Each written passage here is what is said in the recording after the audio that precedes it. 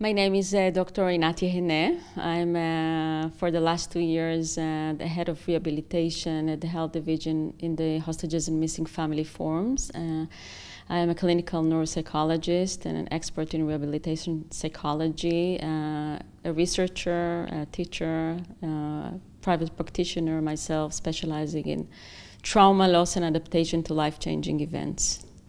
So I understand that you already worked with the families of the hostages and also the hostages themselves who got released. Are you also going to be involved in the process now?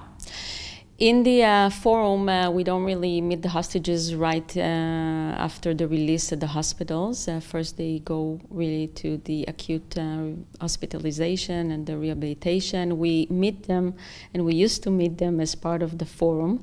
We accompanied the families for 2 years already.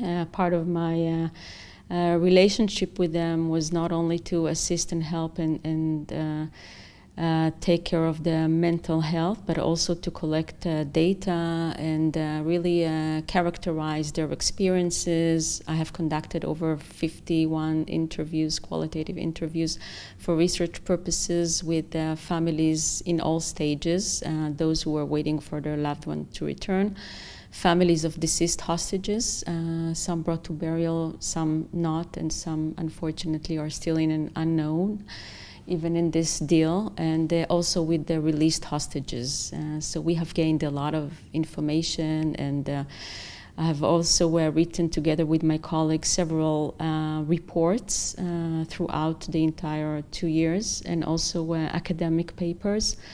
And I also assist with my knowledge to the families in terms of going to speak to the public, to the policymakers, not just for the advocacy effort for the release, but also for the long-term rehabilitation program that will be needed. So what do you think is going to be the most important thing regarding the first few hours after arrival? So for the hostages, it's a very complicated, emotional, overwhelming situation. What is, regarding their mental health, the most important thing right after freedom? Our underlying working assumption for the entire time was that the longer the hostage is spending in captivity, the worse his, mental and physical health will be. The last releases took place in January, and unfortunately, those who were left behind stayed there for another 202 long days. We saw recently movies, which we call signs of life, but psychological terror, I will put it this way, of Evyatar David and Rom Braslevsky, about the purposeful starvation and the loss of almost 30% of their body weight. So we do know from hostages who were released in January, we always update the knowledge about each and every hostage and the condition. So we are prepared for all scenarios, like worst scenarios physically and also mentally. Yeah. So what do you think, what is the best approach to deal with a hostage right after arrival? I think that the transition from the tunnels after 2 years back to reality, let's put it this way, is a very overwhelming one. Even since, it's a multisensory experience. We know that the Hamas in previous releases started with all kinds of preparations, for example, to unchain hostages who were chained, to have them start moving their body and even practice walking because they were chained for months. Or we know even about the feeding, which is very dangerous, but like overfeeding them with food after the starvation. We know that sometimes they are taken from the tunnels up to the lights to be exposed after the darkness to the sunlight, and also to have them meet together, some of them, to really have a company and to start even talk and share experiences as part of the preparations. I have to say that from what we have learned, and this is based on my interviews and accompanying of released hostages is that the release itself, the process of the release, is a very traumatic in of itself. You know, you have the abduction event, and you have the captivity event, and you have the release. We know about the ceremonies that the Hamas did. We know that their return was not, you know, safe because of the mass people from Gaza really almost on the verge of attacking them. We hope that these scenarios will not be, you know, something that we will see this time, but this is really, you know, from their point of view, until they're landing in, you know, Israel's land, until they will be actually here, it's never safe for them. In any minute, something can happen, either because of the behavioral instability of their captors, or because of the drones from above, etc. Once they are here, they are handed to the IDF people, trustworthy people. The first aim is to really restore sense of safety and trust and autonomy, and it even starts with the way people approach them, with a lot of dignity and respect, and no touching unless, you know, something happens, and this is something that is based on the will of the hostage. Even psychoeducation, telling them, you know, from now on, I'm gonna, you know, accompany you. We are going to this base. There you will be given the opportunity to shower and to meet your family who are waiting for you, full of anticipation. Sometimes they already ask questions about who is waiting. In previous releases, for example, there were family members who died, and we weren't sure that the hostages knows about, you know, the condition. So sometimes they are asked to be given this information already. So there are all kinds of, you know, updated protocols, but first and foremost is really to restore the safety, stability, and sense of autonomy by asking them questions about their own will and how they would like to, and mediating this transition, giving them a lot of information and choice.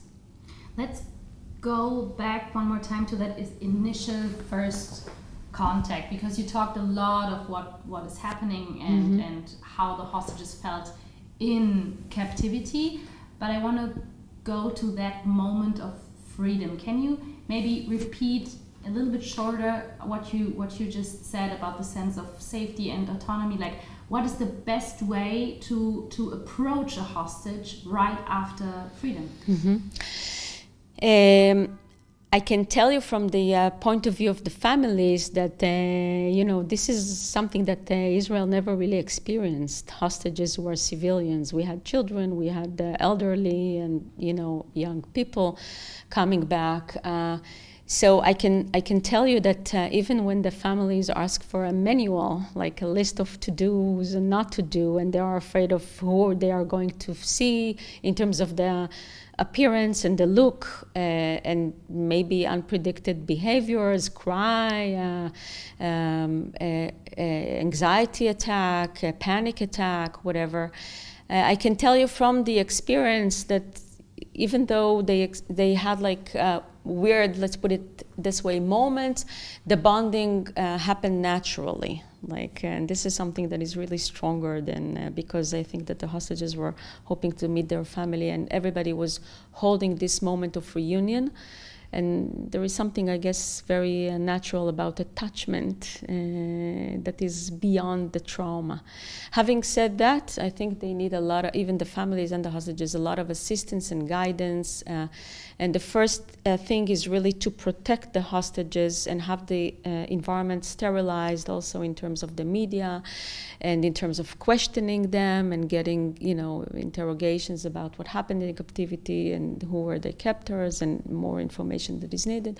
So I guess that the protocol is being more tailor-made, more sensitive, and even the ability to give them the choice to shower first before they meet the family. The showering is like the first moment that they are alone with themselves after 2 years, that they had no single privacy and autonomy.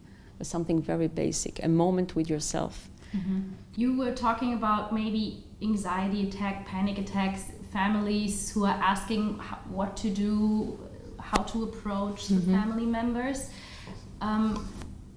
Meeting the families after 2 years can be a very overstimulating, overwhelming experience. Do you also have to manage the family's expectations of meeting them again?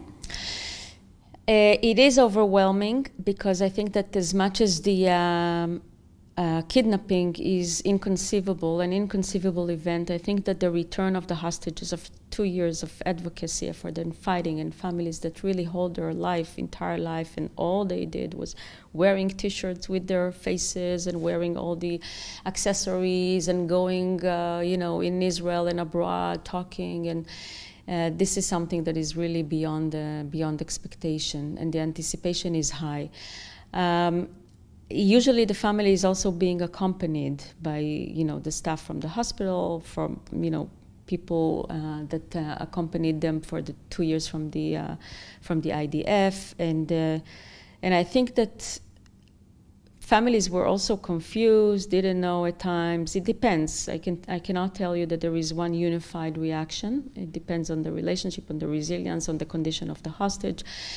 But altogether, I think that it is a gradual process, and I can also tell you that after the release from the hospital, which is now taking longer, and the protocols have been updated also in this term, the rehabilitation is a lifelong journey, and families need to take care of themselves because of what they have lost and the cost, mental and physical cost of the advocacy and the fight, but also they become a caregiver, and it changes the family dynamic and everything. So it's a long journey.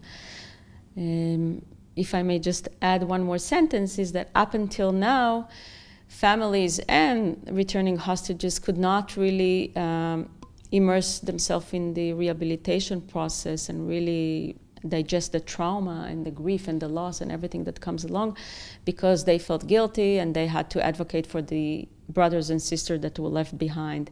Hopefully, with the return of the last deceased hostage, and hopefully we will find, and we have to find everybody, and to have them back, they will be able to really focus on themselves rather than go back to the fight and the doing, instead of processing the emotions and the being. What do you do exactly to help the process?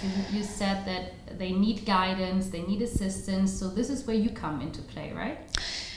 This is where we come to play as the health division, as the mental health division. We basically not only accompany the family, and I think it's going to be different this time, because we were always in the midst of the fight and always needed to update the protocols, and hopefully these will be the last hostages that Israel ever encountered. But I think that the real job is from now on. I mean, once the fight for return is over, and as I said before, we will have the last deceased hostage brought back to burial, we need a long-term rehabilitation program, which really addressed the multi-layered trauma, not just at the individual level, but also at the family level, at the community level, and I would say in the national level at the public, because the public was also part of this ordeal. Even my research over 18 months showed that the trauma of the hostages impacted almost 50% of the mental health of the Israeli public. So it's like a really ongoing trauma.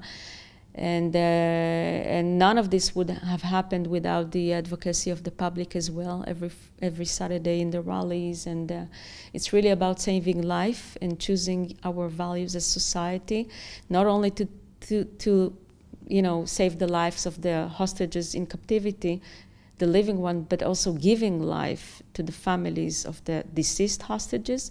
And I would say giving life and hope for the entire nation, society, that there is a day after for all of us as a nation, because this is also a more collective wound that we will have to heal.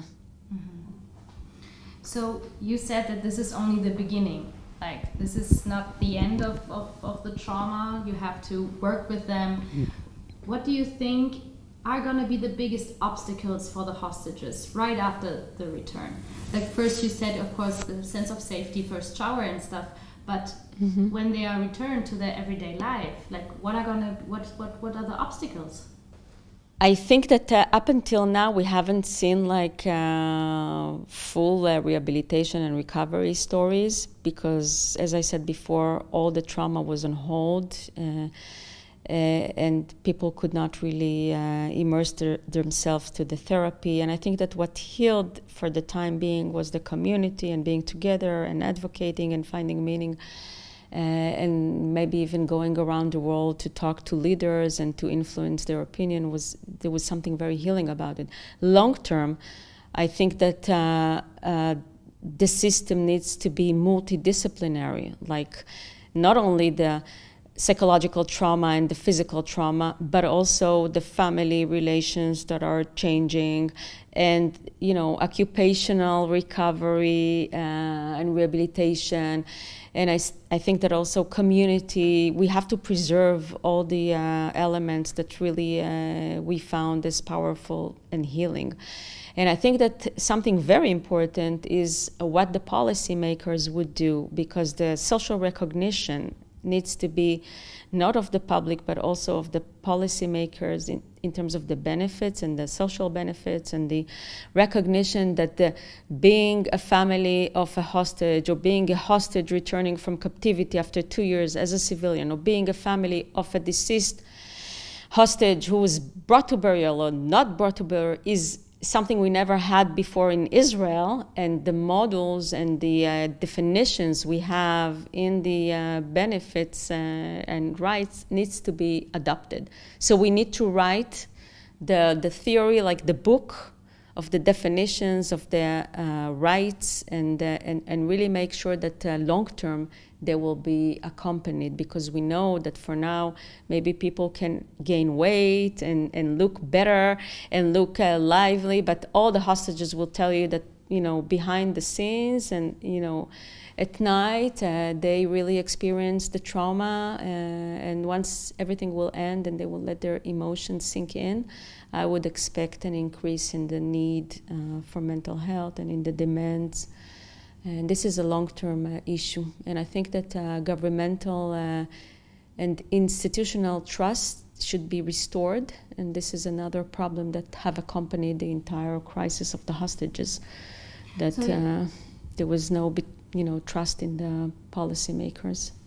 So you already said, like, behind the scenes it's looking different, it's looking more complicated. What are the hostages are going to encounter? You already told me about panic attacks. Like, what are the struggles that maybe people are not expecting? Being alone, or having flashbacks, or what about those kind of things? I can tell you what we have seen already. For example, difficulty to be alone. Many of them are always accompanied by a family member, like months after, and they come for Saturday to the rallies, and they're never alone because they need like a sort of a bodyguard to join them. Some of them are even being accompanied by dogs for PTSD and all kinds of triggers, to be triggered all the time, to have flashbacks, PTSD symptoms, and also complex trauma symptoms, difficulty to trust, difficulty to I would say even cognitively speaking, concentrate for long term, irritability, difficulty to stand still, like always to be in movement because they were, closed in a very small square with no ability to move or to breathe freely. So it's there in every single thing. I can tell you that one of the returning hostages, for example, shared with me a story that because she was so thirsty when she was during captivity, when she feels she's thirsty, just, the body sensation is a reminder of the trauma.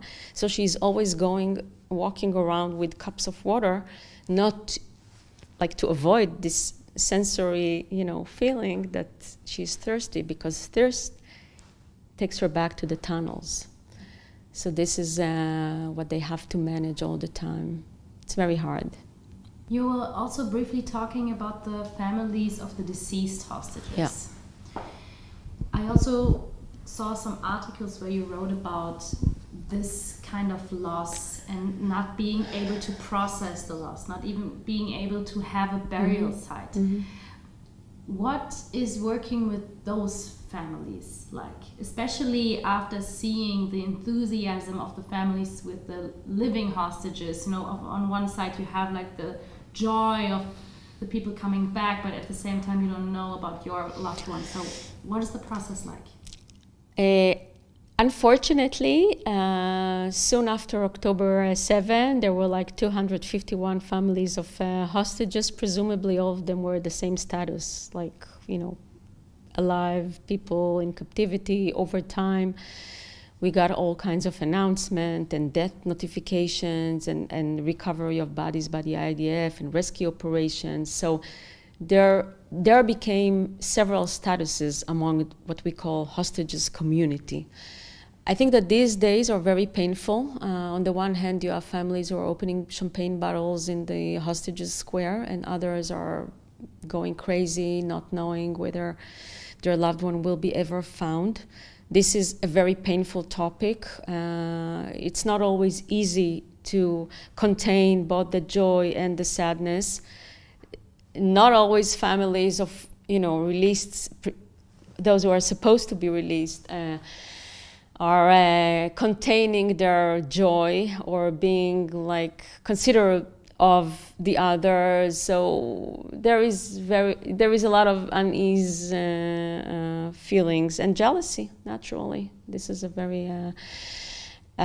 We did write a report. I had the privilege of, interviewing 17 family members of deceased hostages, and part of it was how do they cope from the moment of receiving the notification, whether they believe it or not, why is it so important to bring back to burial, the social recognition or lack of social recognition, the advocacy, which puts more emphasis on rescuing the livings, but no time, and time is of essence also for the deceased because they can disappear. And in Israel, we have the trauma of Ron Arad and also Goldin and Shaul, which was brought recently to burial. So there is this fear that deceased hostages would become missing with no ending. Up until now, I have to say, we haven't really delved into, taking care of the long-term implications of having families of missing deceased hostages, because we were always in the midst of the advocacy and making sure that every deal will take them into consideration. And when we seal a deal, it would be not a sequential, but rather a full one. And I think that this is what I'm very happy that President Trump understood how essential it is to bring all of them together, because it was terrible to have sequential for many reasons, which I'm not gonna get into. But also I think that President Trump really understood the urgency to bring the hostages, the deceased hostages, to burial, and the pain of the families which are grieving as if their loved one is alive. And this is something we will have to see how it unfolds and what kind of long-term assistance, but we will not leave them alone, that's for sure.